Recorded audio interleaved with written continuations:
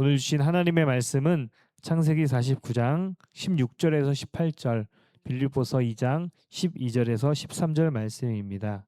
한 절씩 교독하도록 하겠습니다.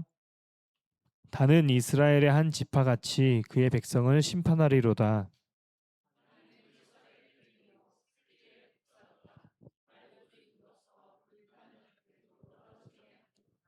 여호와여, 나는 주의 구원을 기다리나이다.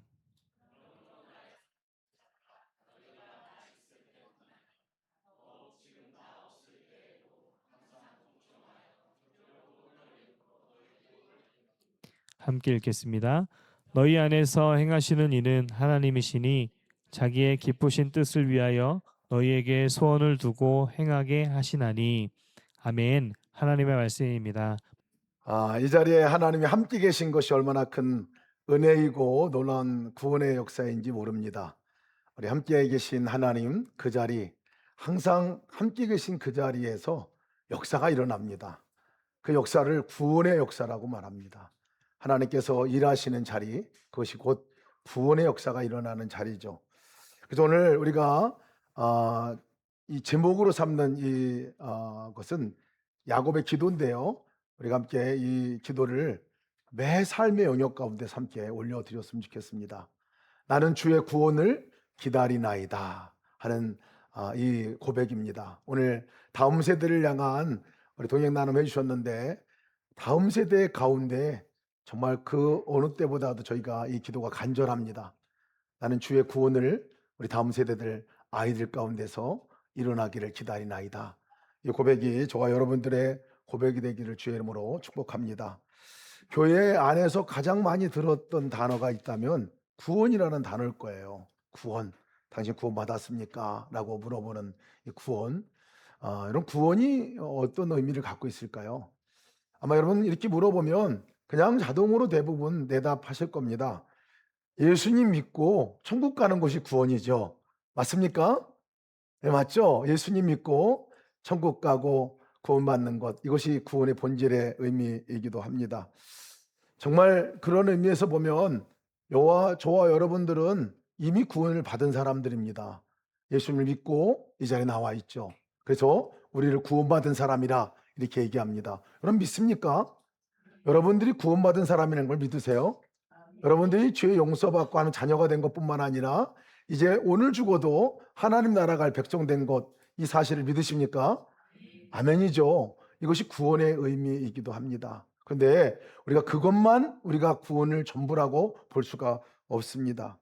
구원은 한 번 이렇게 이루어졌다가 한 번 일로 인해 가지고 그냥 다 끝나는 게 아니라는 사실이에요. 과거에 한 번 일어나는 일이 아니라 사실 구원은 매번 삶 가운데서 우리가 경험되어지는 일이 구원이라는 이 놀라운 사실을 우리가 오늘 기억해 볼 필요가 있습니다. 그리고 내일도 우리가 이 구원을 경험하고 살아가게 될 것이다 하는 것에 관한 이 우리의 믿음의 고백이 있기를 주님으로 축복합니다.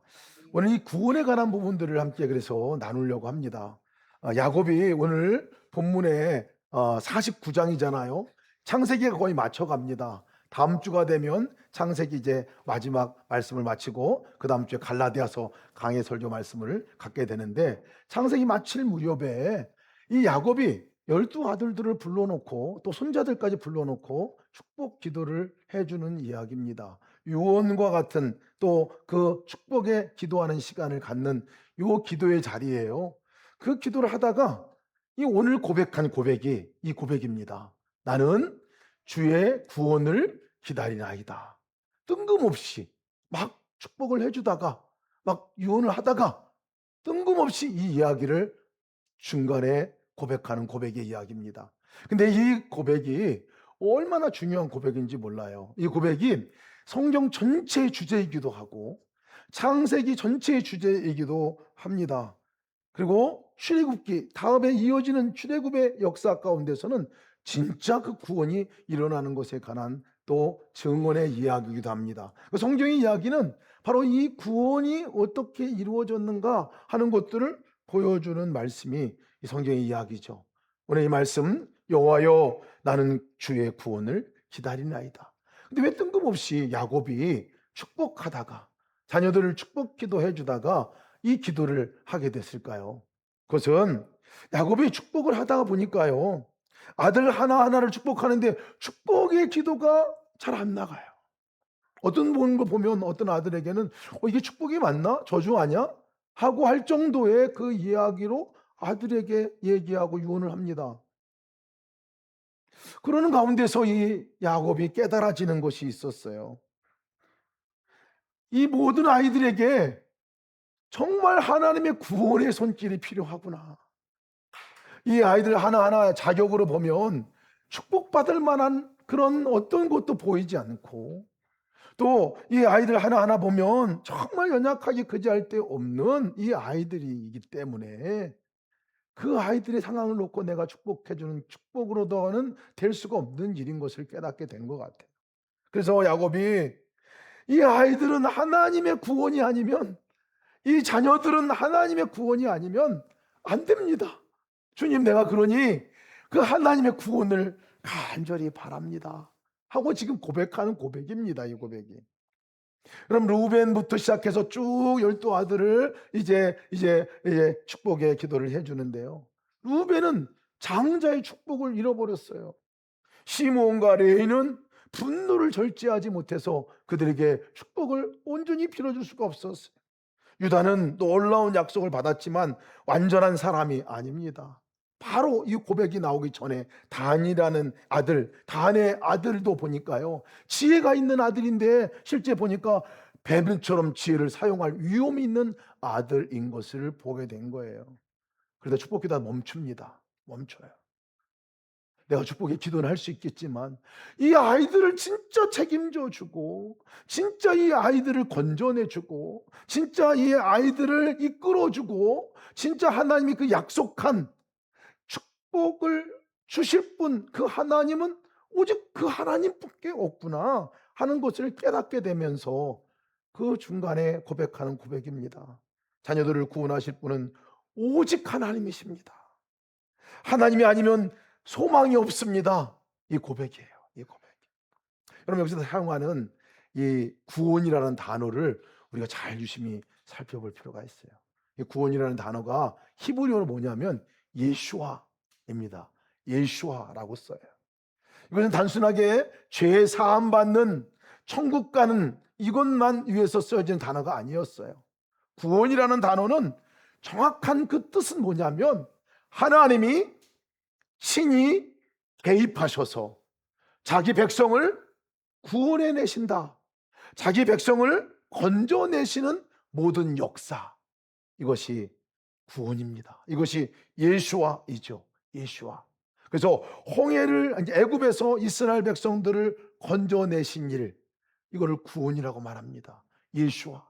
자기 스스로 나올 수 없는 상황 가운데 하나님이 찾아가 개입하셔서 하나님께서 건져내시는 일. 앞에 홍해 바다가 가로막혀서 도무지 갈 수 없고 뒤에는 또 예국 군대가 쫓아오는 그 상황 가운데서 도무지 살 수 없는 상황에 있는 그들에게 찾아오셔서 하나님이 하신 일이 예수와 구원이었습니다. 구원의 역사를, 건져내는 역사를 이루셨죠. 광야 가운데서도 먹을 곳이 없었어요. 먹을 것이 없는 그들에게, 마실 물이 없는 그들에게 주님이 개입하십니다. 하나님이 찾아오셔서 개입하셔서 하신 일은 공급하시고 제공하시는 일이었어요. 이것을 우리는 예수와 구원이라고 말하지요. 모든 삶 가운데 하나님이 있는 자리, 하나님이 거하시는 자리에서 일어난 일, 하나님이 하시는 일, 그 모든 일을 구원, 예수와라고 얘기를 합니다. 그래서 창세기 우리가 이제 읽어왔잖아요. 이 창세기에서 모든 역사를 한마디로 뭐냐라고 얘기한다면 예수와 하나님이 구원하셨다. 이 주제가 창세기의 주제입니다. 신약에 와서 여러분, 이 예수와 익숙한 이름 아닙니까? 많이 들어본 이름 아니에요? 이 신약의 예수와가 신약에 와서는요, 그냥 한 분으로 나타나죠. 예수님이시죠. 예수님의 이름이 예수와예요. 예수와. 그것이 우리가 믿는 예수님, 우리가 함께하는 그 예수님. 여러분, 예수님은 구원을 주시는 그냥 정도의 분이 아니라 구원 자체가 되신 분이시라는 거예요. 그래서 예수님이 계신 곳, 예수님이 말씀한 곳, 예수님이 함께하는 곳, 거기서 일어나는 일은 구원의 역사가 일어나는 거죠. 건져내는 역사가 일어나는 거죠. 살려내는 역사가 일어나는 거죠.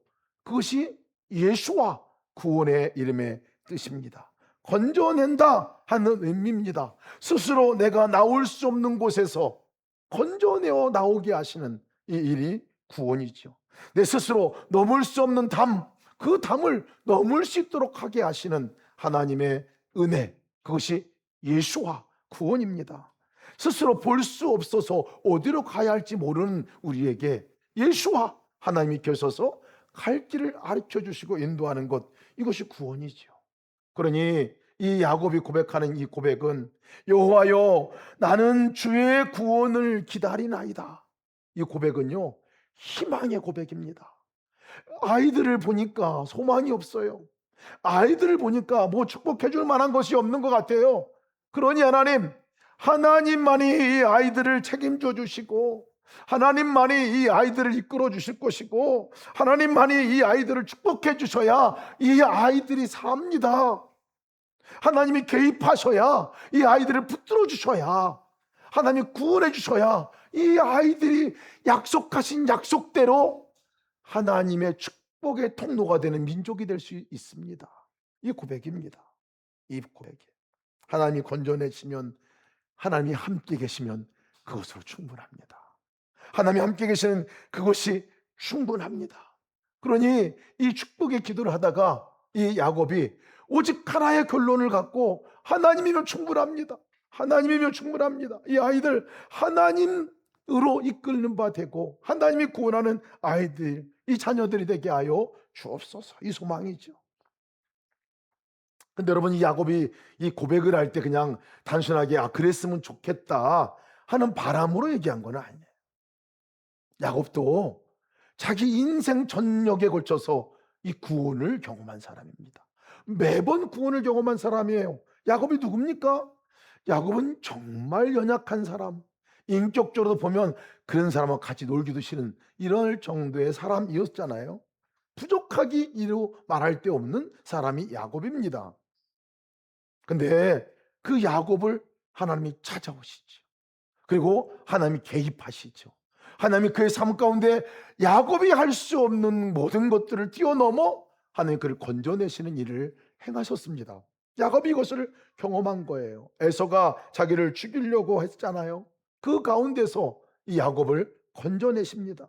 완전히 관계가 깨어져서 이제는 정말 형제간의 관계가 아니라 원수지간의 관계가 되었던 이 가운데서 야곱은 어떻게 할 수 없었어요.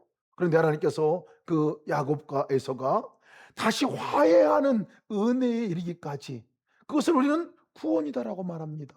깨어진 관계 가운데서 살려내는 관계로 야복 강가에서 자기의 환두뼈가 끊어지고 이제 그 고관절이 부러짐으로 인해 가지고 그 에서 앞에서 자기는 불구의 몸과 같이 서 있었지만 그걸 통해서 하나님께서는 화해와 함께 하는 것들을 이루어 주셨잖아요.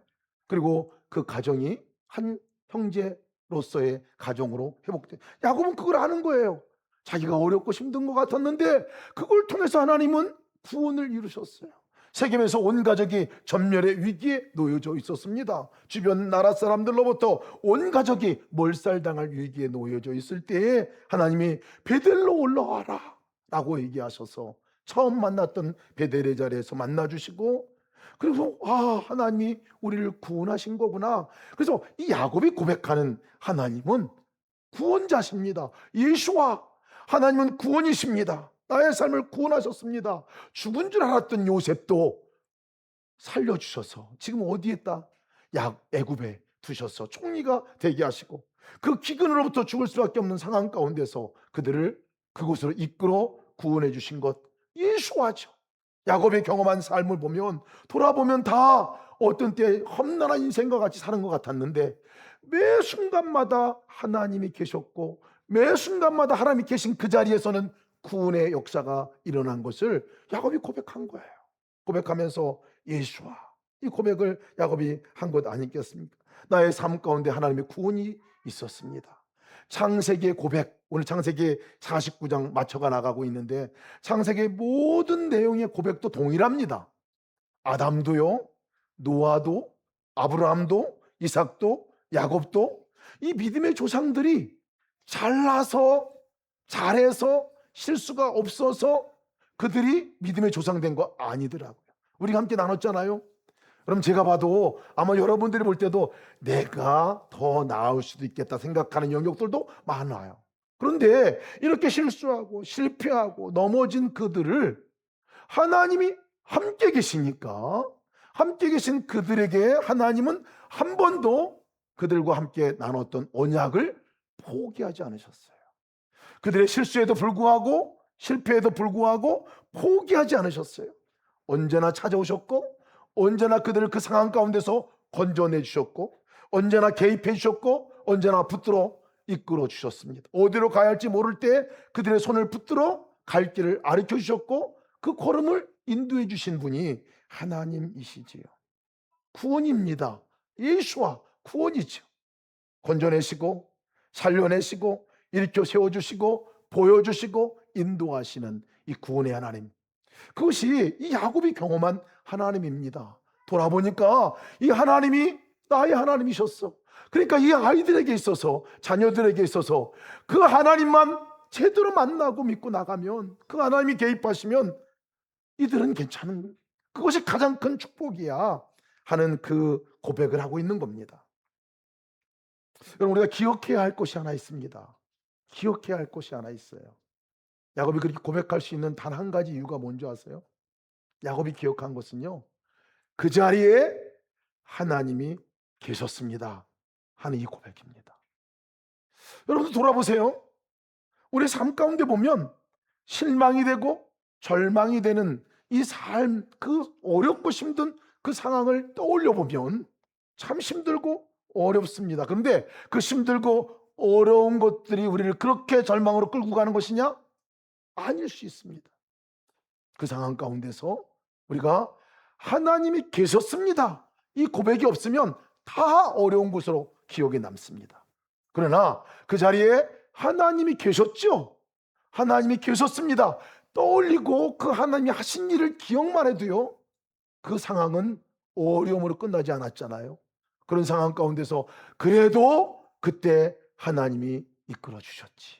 그때는 보이지 않았는데 나중 돼서 보면 보여지게 됩니다.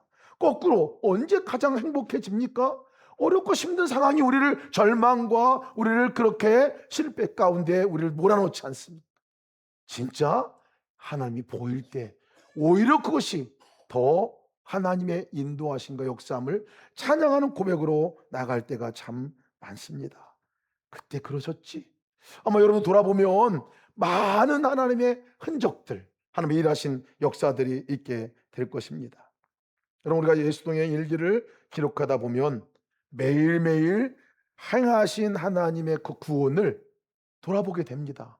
찾아보게 돼요.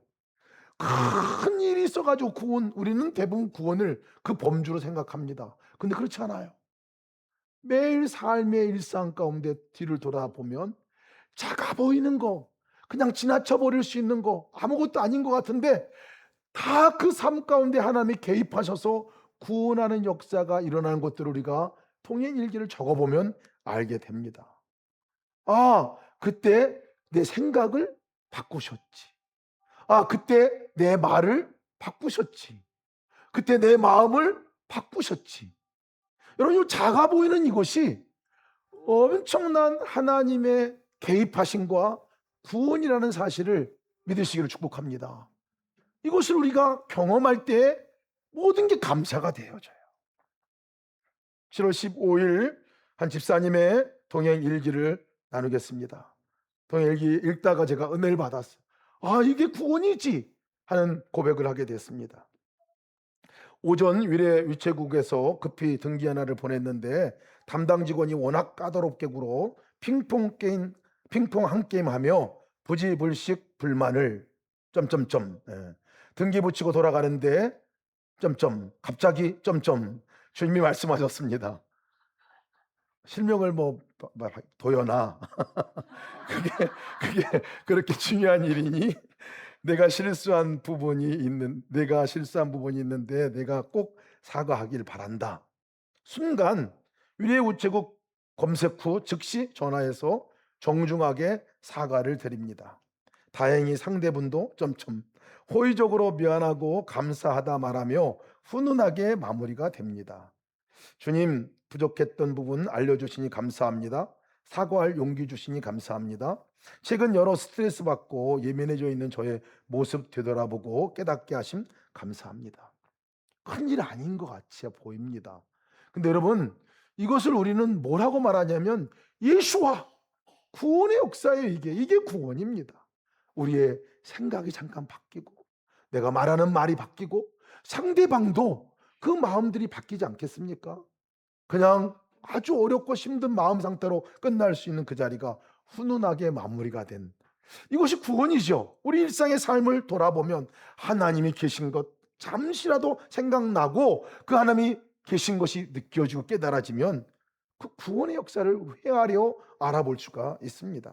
근데 구원은 여러분, 이 과거만으로 끝나는 일이 아니라는 거예요. 구원은 현재와 미래가 더 중요합니다. 이게 정말 중요한 부분들이에요. 우리가 매일의 삶, 내일의 삶, 이 모든 것 가운데 우리는 무엇하는 사람이냐면 구원을 구원을 누리는 사람이 되는 거죠. 구원을 경험하는 사람이 되는 사람들이 성도의 삶이에요. 근데 우리가 잘 좀 오해하고 넘어가는 경우가 있습니다. 오해하는 성경 구절이 있어요. 여러분들이 어떨지 모르겠는데 저가 그랬습니다. 제가 오해했던 성경 구절이 빌립보서 2장 12절 말씀이에요. 두렵고 떨림으로 너희 구원을 이루라 하는 말씀이었어요. 그래서 제가 그렇지, 매일 구원을 이루어 나가는 거지. 그래서 얼마나 노력했는지 몰라요. 구원을 이루어 나가려고. 그래서 어떤 분들은 여러분 구원을 얻을 때에 예수님을 영접하면 구원받습니다. 그렇죠? 맞죠? 맞습니까? 틀립니까? 예수를 내 마음에 영접하고 구주로 모셔드리는 순간에 우리는 구원받습니다. 근데 이 말씀 보니까 구원을 또 이루래. 다시 영접해야 되나? 이래가지고요, 여러 번 영접한 사람들 많이 봤어요. 여러 번. 뭔가 또다시 뭔가 다른 것을 해야 구원을 받는 건가? 그래야 이루는 건가? 생각하는 분들이 많아요. 심지어는 예수 동행도 마치 구원을 얻는 수단과 같이 여기는 분들도 많습니다. 잘 우리가 분별해야 합니다. 여기서 말하는 구원을 이루라 하는 이 말씀의 원뜻이 뭐냐면요, 카테르 가제스테라는 헬라어인데요, 이 뜻이 없던 것을 만들라 이런 말이 아닙니다. 없던 것을 만들라 말이 아니라 이미 시작된 일이 열매를 맺도록 하라 하는 거예요. 이미 시작된 일이 열매를 맺도록 하라는 거예요. 열매를 맺을 수밖에 없는 존재인데 그 씨앗에 열매를 맺도록 하라는 거예요. 이미 너는 하나님의 자녀가 됐는데 그 자녀됨의 특권을 누리고 살아가라. 자녀답게 살아가라. 자녀로서 살아가라. 혼자 살지 말고 너와 함께 찾아온 예수님이 너의 구원자 되시는데 그 구원자 되신 주님과 함께 살아가라. 이 말이 구원을 이루라는 말의 의미입니다. 잘 우리가 아셔야 됩니다. 무엇도 다른 것을 행해야 구원을 얻는 것이 아니라 하나님이 이미 행하신 일, 하나님이 이미 우리에게 주신 그 놀라운 구원의 선물, 이것을 매일 삶 가운데서 경험하며 살라는 얘기예요. 누리며 살라는 거예요.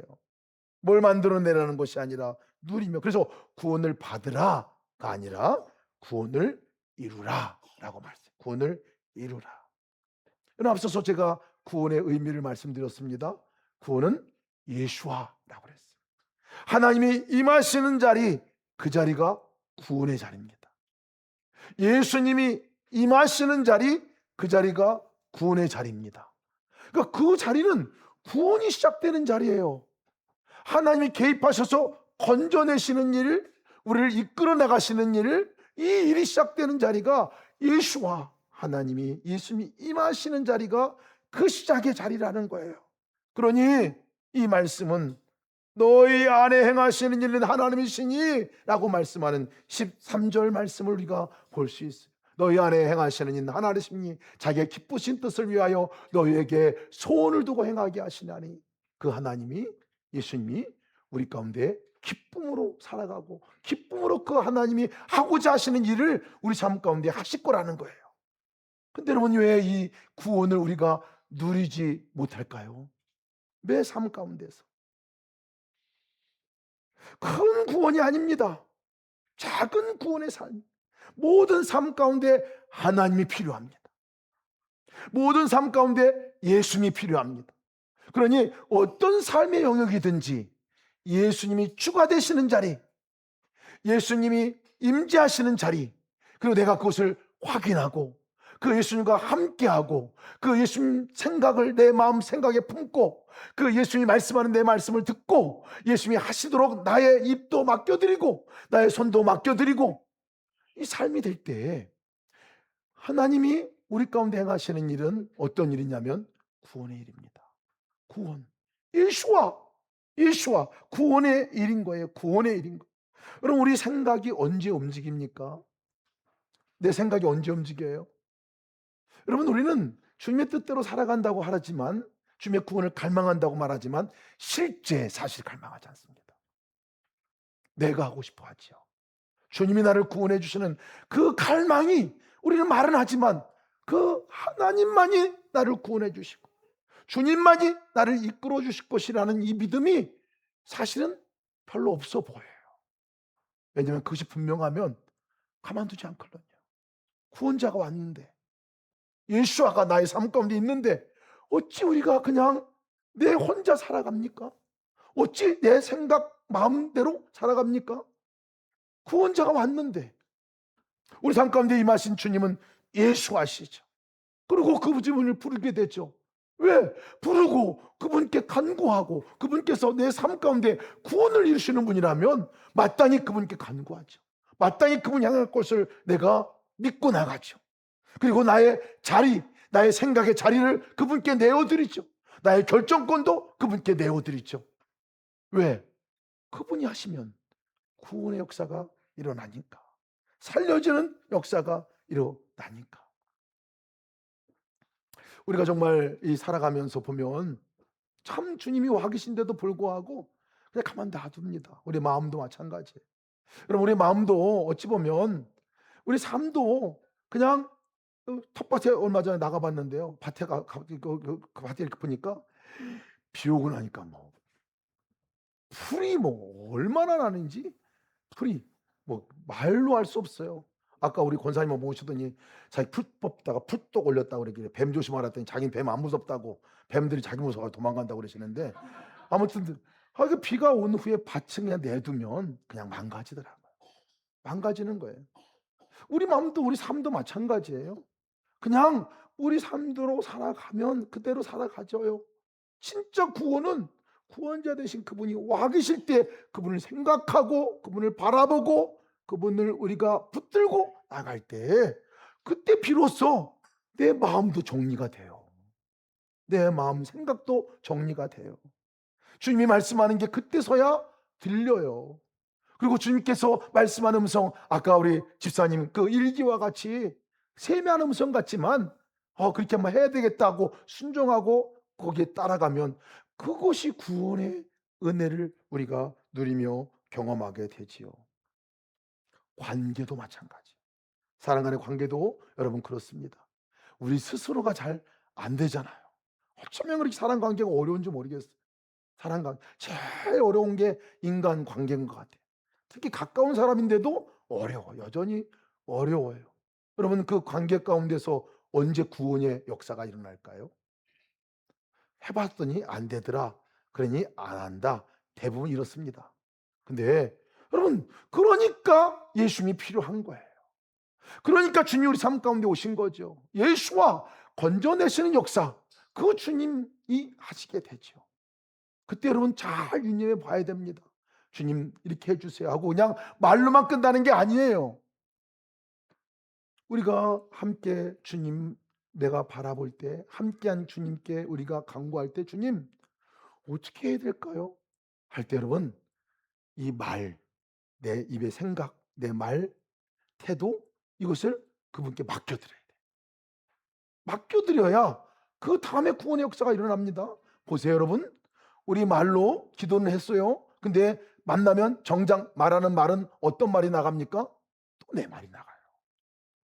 또 말이 나요. 마음은 화해인데 입은 분쟁이 됩니다. 근데 마음 안에 계신 그 주님, 구원자신 예수와 되신 그 주님께 한 번이라도 물어보면 달르거든요. 내가 주님, 오늘 이 말씀을 도대체 어떻게 말해야 될까요? 내가 이 사람을 만나는데 뭘 어떻게 해야 될까요? 뭘 어떻게 말해야 될까요? 맡겨드려야 합니다. 맡겨드리고 그렇게 물을 때 분명히 마음 안에 주시는 음성이 있어요. 왜? 주님이 계시니까. 안 계시면 말씀이 없죠. 계시면 세미한 음성이라도 말씀이 있습니다. 생각나는 것이 주의 음성으로 알고 한번 따라해보는 거예요. 순종해보는 거예요. 말도 바꿔보는 거예요. 아, 그러면 그렇게 물을 때 주님이 야 가서 한 대 좁혀라 이렇게 얘기 안 하시거든요. 가가지고 야 네가 좀 가서 잘못했다고 얘기해라. 그것도 어려우면 그냥 가서 그냥 가만히 있다가 와. 뭐 이런 말씀을 주실 때 그냥 생각이 날 때 해보는 겁니다. 이것이 구원의 순종의 걸음이에요. 이럴 때 구원의 역사가 일어나죠. 관계의 화해가 일어납니다. 그냥 기도만 하고 내가 생각만 하고 주님 이거 가지고 우리가 진짜 구원의 역사 가운데 내가 간절히 바란다고 말할 수 없어요. 간절히 바라면 그분이 하시는 방법에 나의 삶을 맡겨드리는 게 필요합니다. 여러분 삶 가운데 매일매일 구원의 역사를 경험하시기를 주의 이름으로 축복합니다. 한 가지 더 우리가 중요한 것이 있습니다. 내일이에요. 내일. 이 구원의 역사는요, 오늘뿐만 아니라 내일에 일어날 일입니다. 내일에 일어날 일이에요. 전제가 뭔지 아십니까, 여러분? 하나 분명한 전제가 있습니다. 구원이 일어날 수 있는 전제가 있습니다. 여러분, 그 야곱이 자녀들을 기도할 때 막막한 거예요, 막막한 거예요. 얘들은 도대체 앞으로 축복받을 그런 삶으로 살아갈 아이들이 아닌 거예요. 막막한 거예요. 여러분, 우리의 삶도 그렇지 않습니까? 미래를 바라보면, 자녀들도 바라보면 어떻게 우리가 책임져 줄 수 있어요? 막막해 보입니다. 우리의 사업이나 우리의 직장이나 우리의 미래, 우리의 건강, 우리 앞을, 여러분 5년 앞을 누가 알 수 있겠습니까? 여러분 5년 앞을 압니까? 모르시죠. 죽음 직전의 삶은 아십니까? 모르시죠. 여러분 건강의 상태는 어떻게 될지 아십니까? 모르시죠. 우리는 5년 앞을 10년 앞을 몰라요. 그런데 분명한 전제가 하나 있는데, 진리가 하나 있는 그 뭐냐면 5년 후에도 하나님이 그 자리에 계실 겁니다. 믿으십니까 여러분? 이 믿음이 얼마나 중요한지 몰라요. 이전에 계셨던 그 하나님이, 오늘 계신 하나님이 5년 후에도 10년 후에도 내가 건강이 때로는 안 좋은 상태가 되어도, 사업이 어려움을 겪어도, 국제 정세가 너무나 심각하여 도무지 내가 견딜 수 없는 그 상황에 직면해 있어도 모든 상황은 바뀝니다. 그러나 변함없는 진리는, 바뀌지 않는 것은 하나님이 여전히 그 자리에도 계실 겁니다. 믿습니까? 그러니 우리의 미래는요, 주님과 함께하는 한, 예수와 구원의 신 주님과 함께하는 한 구원의 역사는 그때도 일어날 겁니다. 그러면 교회를 우리가 5년 후, 10년 후 어떻게 알겠습니까? 몰라요. 그러나 너무나 분명한 것은 처음 시작할 때 함께 하셨던 그 하나님이 5년 후에도 10년 후에도 20년 후에도 함께 하실 거라는 거예요. 그리고 그분의 역사는 예수와 구원의 역사일 겁니다. 믿으시기를 축복합니다. 제가 제일 좋아하는 단어 가운데 하나가 여호와 이레라는 단어입니다. 아시죠 여러분? 여호와 이레, 여호와께서 앞서서 미리 행하여 준비하신다 하는 말입니다. 근데 여호와 이레라는 말에 이 여호와 이레가 준비하다라는 말도 있지만 그 원뜻을 보니까 보다라는 말도 있더라고요. 보다라는 말이 있어요. 하나님께서 먼저 앞서 보신다라는 얘기입니다. 앞서 보시니 아시는 거예요. 앞에 가 계시니 아는 거예요. 그 말은 이미 여호와가 앞서 가서 기다리고 계신다 하는 말씀인 거예요. 구원의 하나님은 그 하나님이죠. 그러니 여러분, 오늘 우리가 살아가면서 하나님 믿는 이 믿음이 얼마나 놀라운지 모릅니다. 예수 그리스도를 믿는 믿음이 얼마나 놀라운지 모릅니다. 오늘만이 아니라 내일, 모레, 또 죽음 앞에 가서도, 영원히 죽은 후에도 하나님이 함께 계시기에 우리의 삶은 구원이 보장된 삶을 살아가는 사람입니다. 따라서 합시다. 여호와여, 내가 주의 구원을 기다리나이다. 항상 주님 구원을 기다립니다. 주님이 일해 주십시오. 이라는 그 고백. 주님, 내일 주님의 구원을 내가 기다립니다. 다음 세대 우리 자녀들의 그 구원을 기다립니다. 지금 여러분의 삶 가운데서 여러분 우리 힘으로 할 수 있는 게 도대체 얼마나 됩니까? 도대체 얼마나 됩니까? 우리는 구원하신 하나님 이끌지 않으시면 나갈 수 없는 인생을 살아가는 사람들이 이 시대를 살아가는 우리입니다. 오늘도 주님께서 우리의 예수와 구원자 되신 것을 믿으시고 그 고백으로 나가시는 저와 여러분 되시기를 주의 이름으로 축복합니다.